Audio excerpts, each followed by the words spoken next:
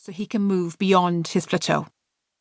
So Katie is miserable, Rainash has failed to launch, and Joanne has plateaued. Perhaps you picked up this book because you're facing a similar problem. Maybe you know where you want to be in your career, but you don't know how to get there. Maybe you don't even know that. You simply know that you aren't where you're supposed to be right now. Or maybe you feel as though you know where you want to go and know on paper how to get there, but somebody else is preventing you from doing it. A bad boss, say, or an unhelpful colleague. Fear not. This book is going to help you take small steps to build the career you want, and it's going to show you how to do that using insights from behavioural science. Drawing from multiple disciplines, behavioural science seeks to understand why people make the choices they do, and also identifies easy tweaks that we can make to our environment to get different outcomes. Behavioural science can help explain why people stumble in their career journeys. It can also help explain why some aren't entering the race in the first place, and why others drop out at the first sight of failure. Behavioural science teaches us that we should think big and set a goal for our future. It also teaches us that by taking regular small steps today that support this big thinking, we can get to where we want to go.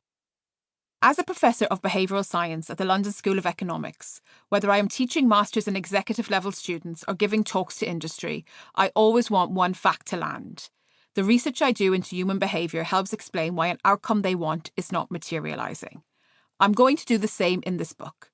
I will explain why the outcome you've been working towards might not have materialised yet, and I'll also show you how to overcome these obstacles. I will blend my own original insights with research from the frontiers of behavioural science, and draw on lessons from the fields of economics, psychology, and management to empower you to build the career you want.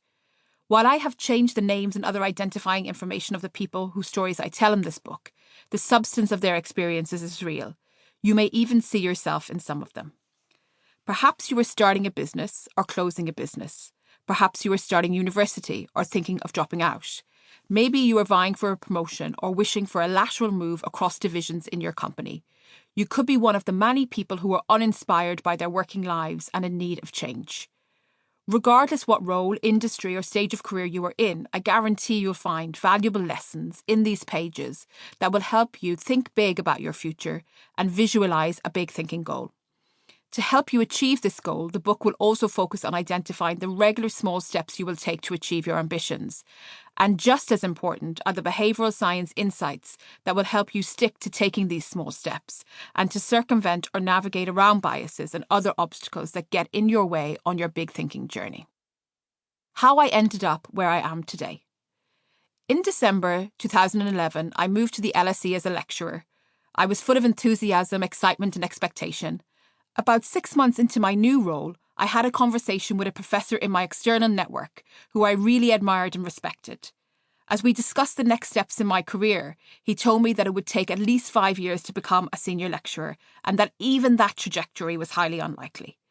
I was devastated to hear it would take me that long. I felt like a deflated balloon. If I were a cartoon drawing, there would have been a black cloud hanging over my head. After the shock of the news, I internalised the feedback from Professor Negativity and hit a plateau. I even started going backwards. My enthusiasm for my research waned and I couldn't work productively. I dwelled on how mediocre I was compared to others. The professor's comments became a self-fulfilling prophecy. A prediction like this from a respected source causes itself to become true because whoever is impacted by the prediction believes it and changes their behaviour accordingly.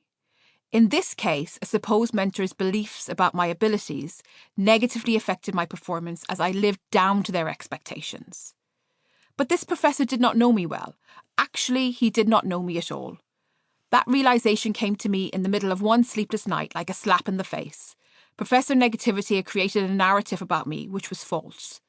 Like a fairy tale, it was based on archetypes. These archetypes were constructed from inaccurate social norms about people like Grace. People can confuse my relaxed demeanour for the attitude of somebody who doesn't take their career seriously. Or perhaps my admission that I found it difficult to finish projects had caused him to label me as someone who would never finish a project.